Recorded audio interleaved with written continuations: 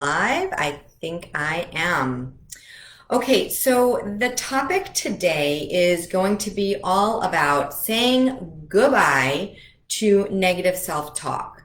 And the reason why this is so important is because as we're trying to navigate through conquering an emotional eating issue, we are going to have to make certain that we are not the ones standing in our own way.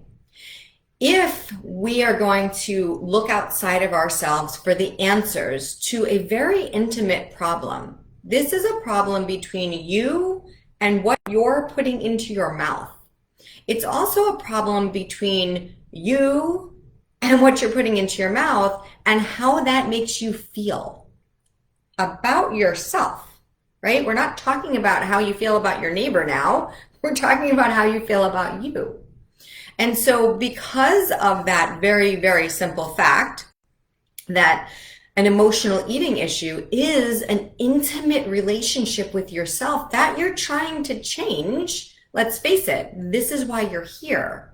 It's important to recognize what it is that your goals are actually about and to make sure that you're not deceiving yourself in some way by telling yourself that it's just about losing weight. Because the truth is, it's just not. It's about an intimate relationship that you have with yourself. Because like I said, when you're putting food in your mouth that you don't want to be putting in your mouth, and it's causing you to feel a certain way about yourself that you say, this is the key, you say you don't want to feel about yourself. And yet at the very same time, not only are you choosing to do that, but then you're hindering your ability to progress by telling yourself that that was messed up. Why did you do that? What's wrong with you? And this is the dialogue that's going on inside of your mindset every time that you make a choice that's mismatched and that's not aligned with what you say you want. And so what we have to do in order to be able to push past this is we have to say goodbye to negative self-talk. And sometimes we don't even really know what that means because it seems like it's not a big deal. It actually seems like it's like, oh, la-di-da, I do that all the time.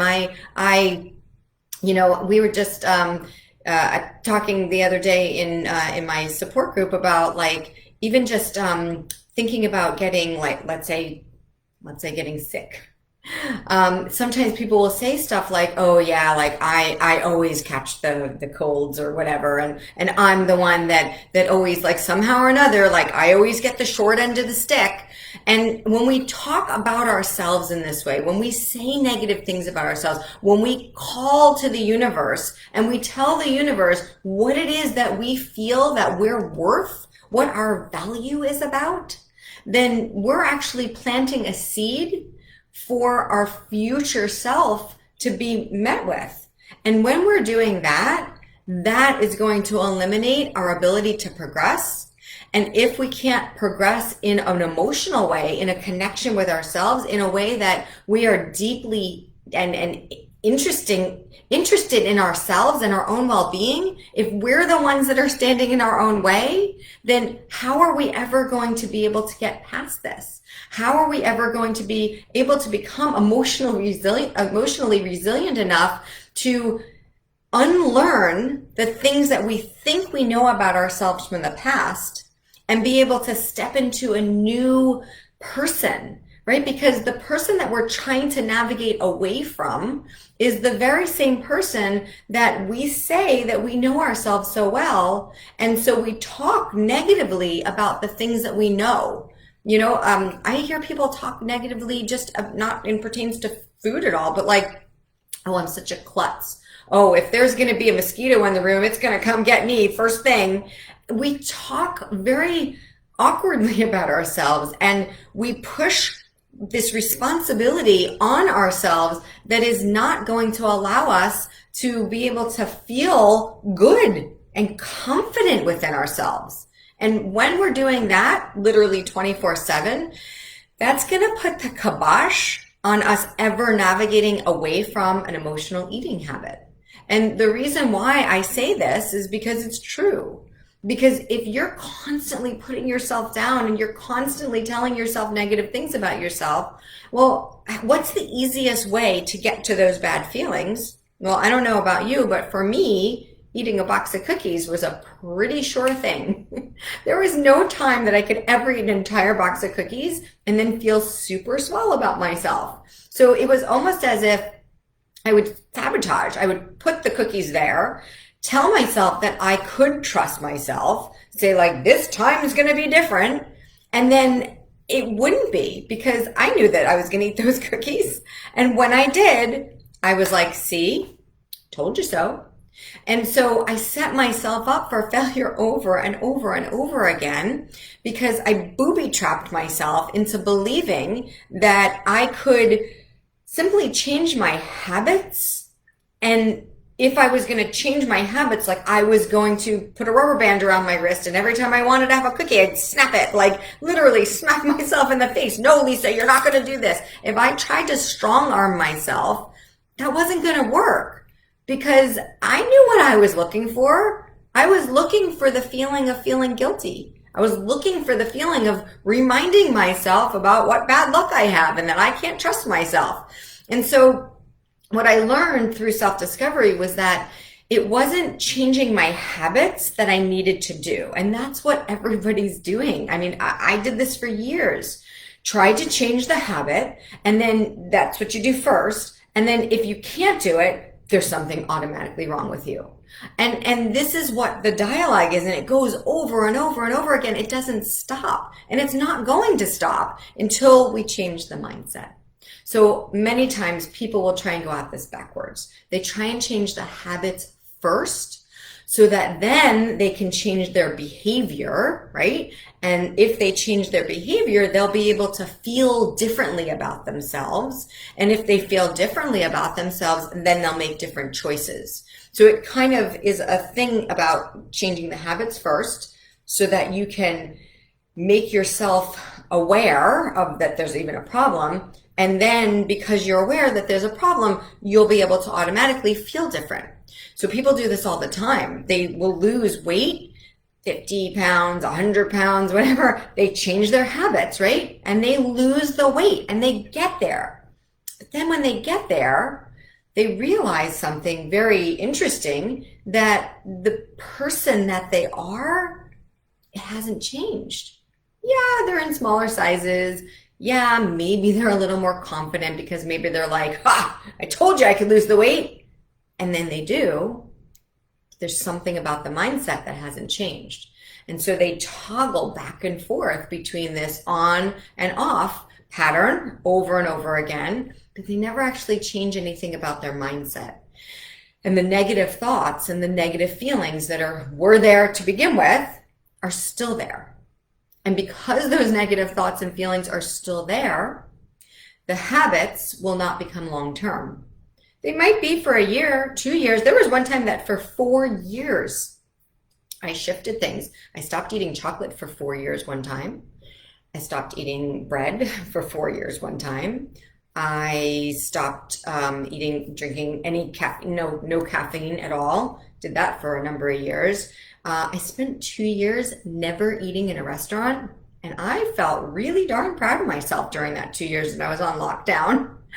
But as soon as I broke free from that prison, like, it didn't change the way I felt about myself. In fact, if anything, what was very interesting is during the 2 years that I did not eat in a restaurant at all, and it was coming out of a figure competition. So I had lost like a ton of size, everything. My body fat was very small, and I would look in the mirror and I knew that I was fraud. I knew I was like, this isn't you, but I liked it. But I felt like I was in someone else's body. Like, literally felt that wasn't my body. I would even touch my body and be like, this isn't me.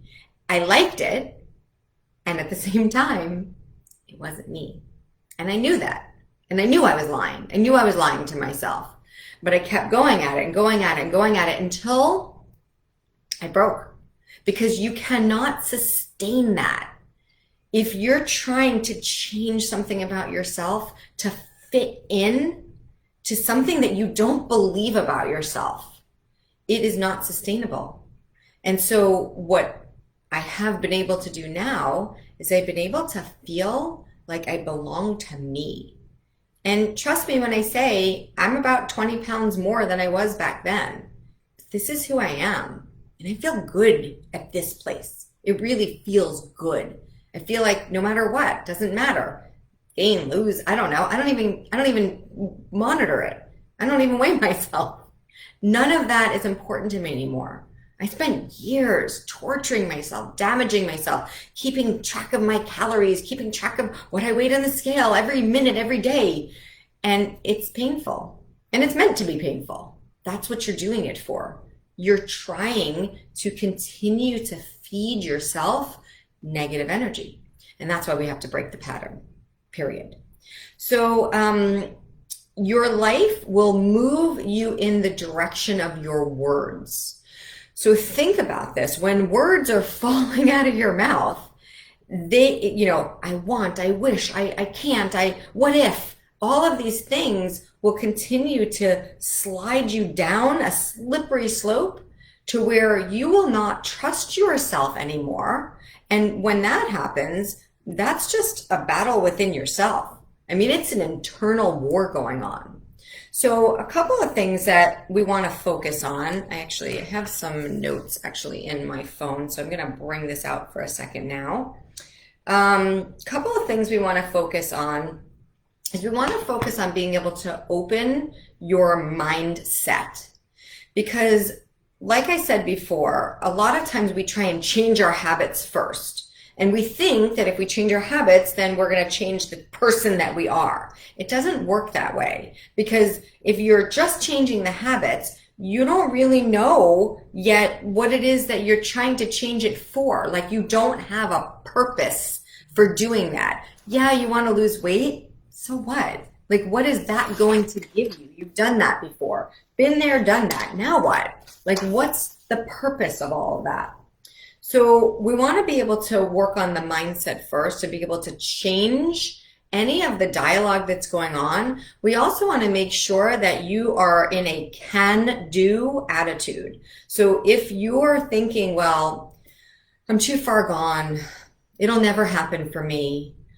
My friend did this and she did great. Like, what's wrong with me? Like, if we start to minimize our capabilities, and we're doing that to ourselves in this mindset here, then we will never get away from that, because what you'll end up doing is you'll end up closing off your mind to the possibilities that lie ahead of you.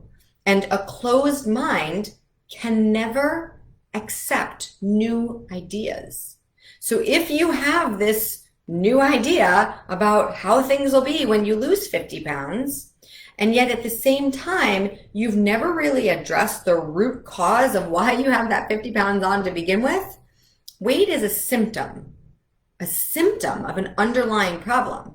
So we need to get to the root of the problem, or else you'll just be attacking it through changing your habits, which we all know that if you change your habits, you will lose weight. Sweet. Then what? What happens after that?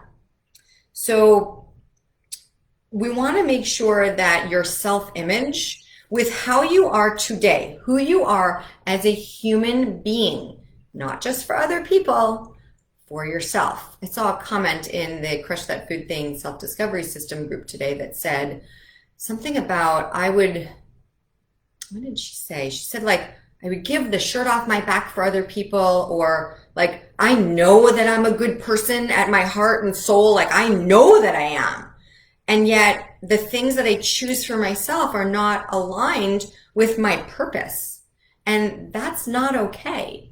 And so you have to make certain that your self-image, that how you present yourself to the world, is not for the world, but for this world. Meaning your world within yourself.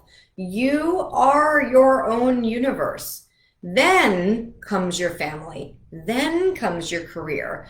Then comes your things, your car, your jeans, or whatever. Then comes your clothes, Everything's outside of you, because without you, nothing else matters, right? If you're not here, then nothing else matters. It has to start with you.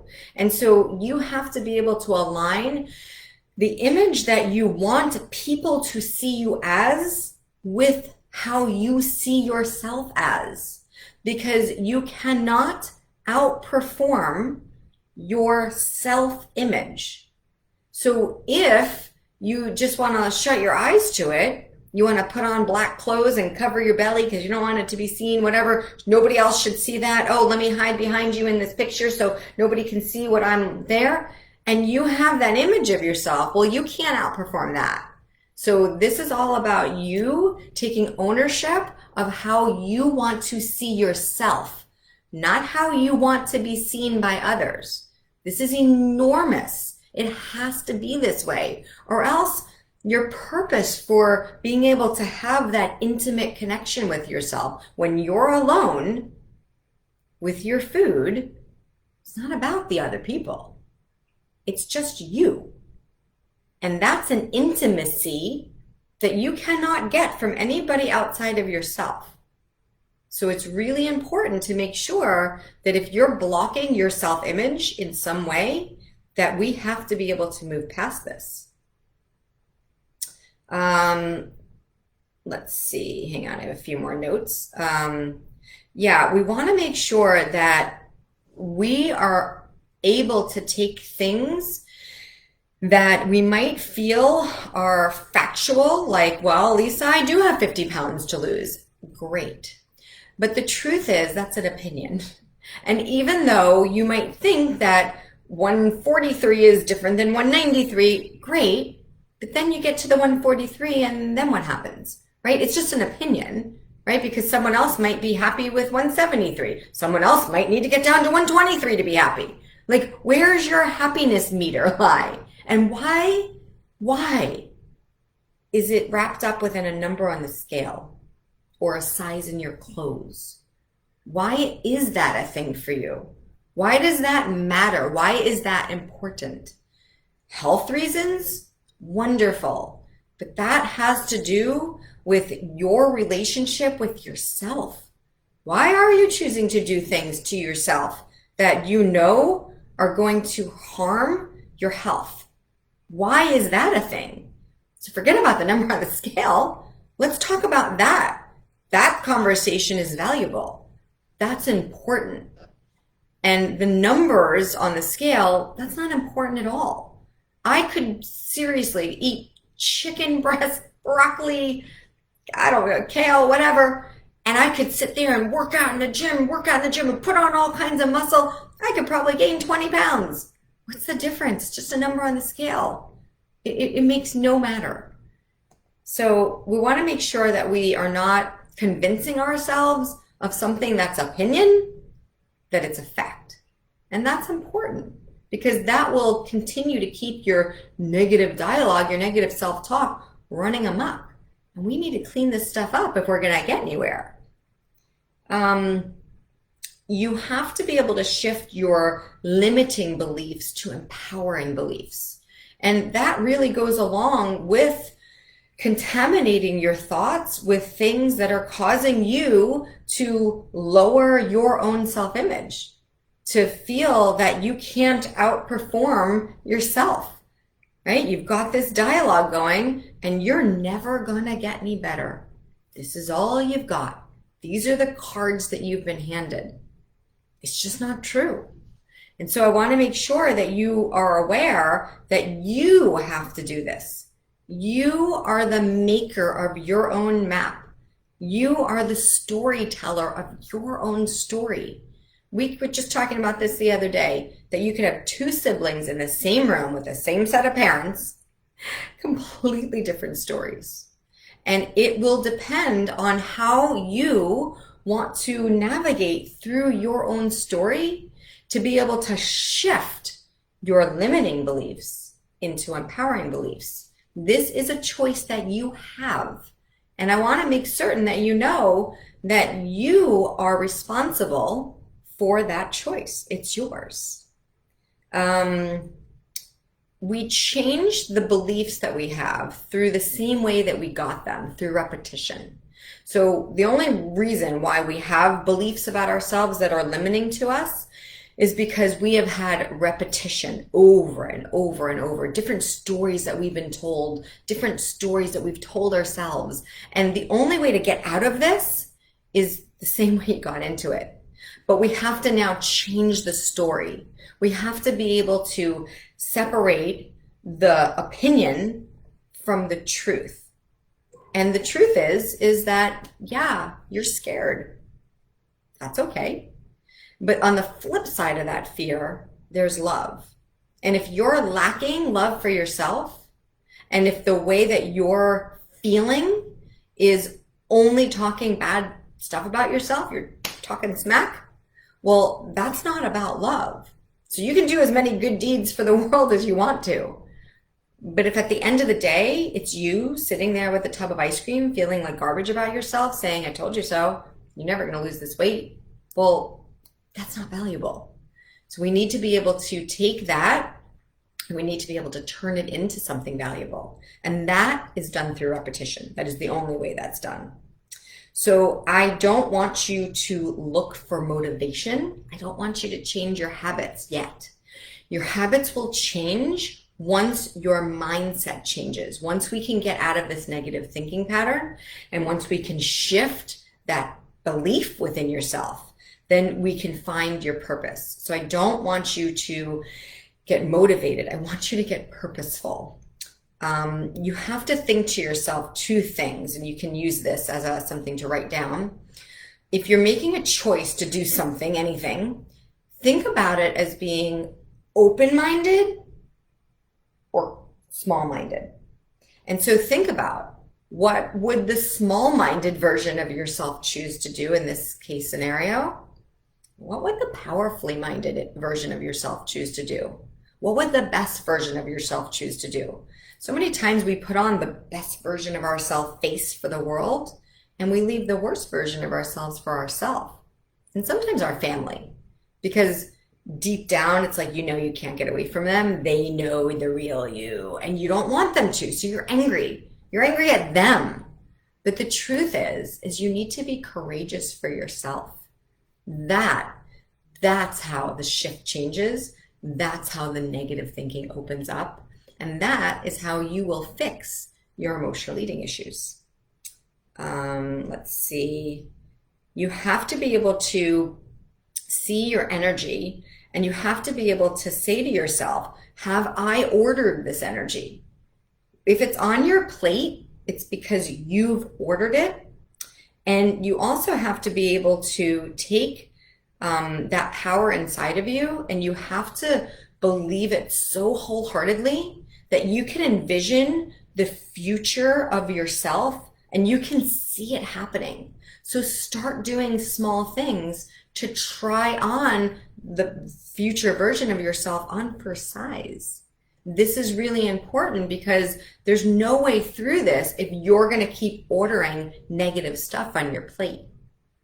So a couple of things just to remember. Number one, you're going to change your negative thoughts through repetition, meaning that you're going to flip the switch on your negative thoughts. You don't even have to change them to positive thoughts. Just repeatedly remind yourself that that thought's not meant to help you grow. The second thing would be no going back through the past. You want to empower yourself as a human being. So you want to stay connected with what it is that you see for yourself. And if you only see negative stuff, well, order up. That's what you're getting. And number three is to stay in your lane. You can only change and shift yourself. You cannot change and shift others so that then it makes it easier for you to change and shift. Like I get people that say all the time, oh, my husband brings home this stuff. These girls want to go out for drinks, blah, blah, blah. It's not about them. It's about you. Stay in your lane. And if you would like to take a free call with me to be able to chat more about this, you know how to reach me. I will post my calendar in the link here and let me know if you're watching live or on the replay. Thank you. Bye now.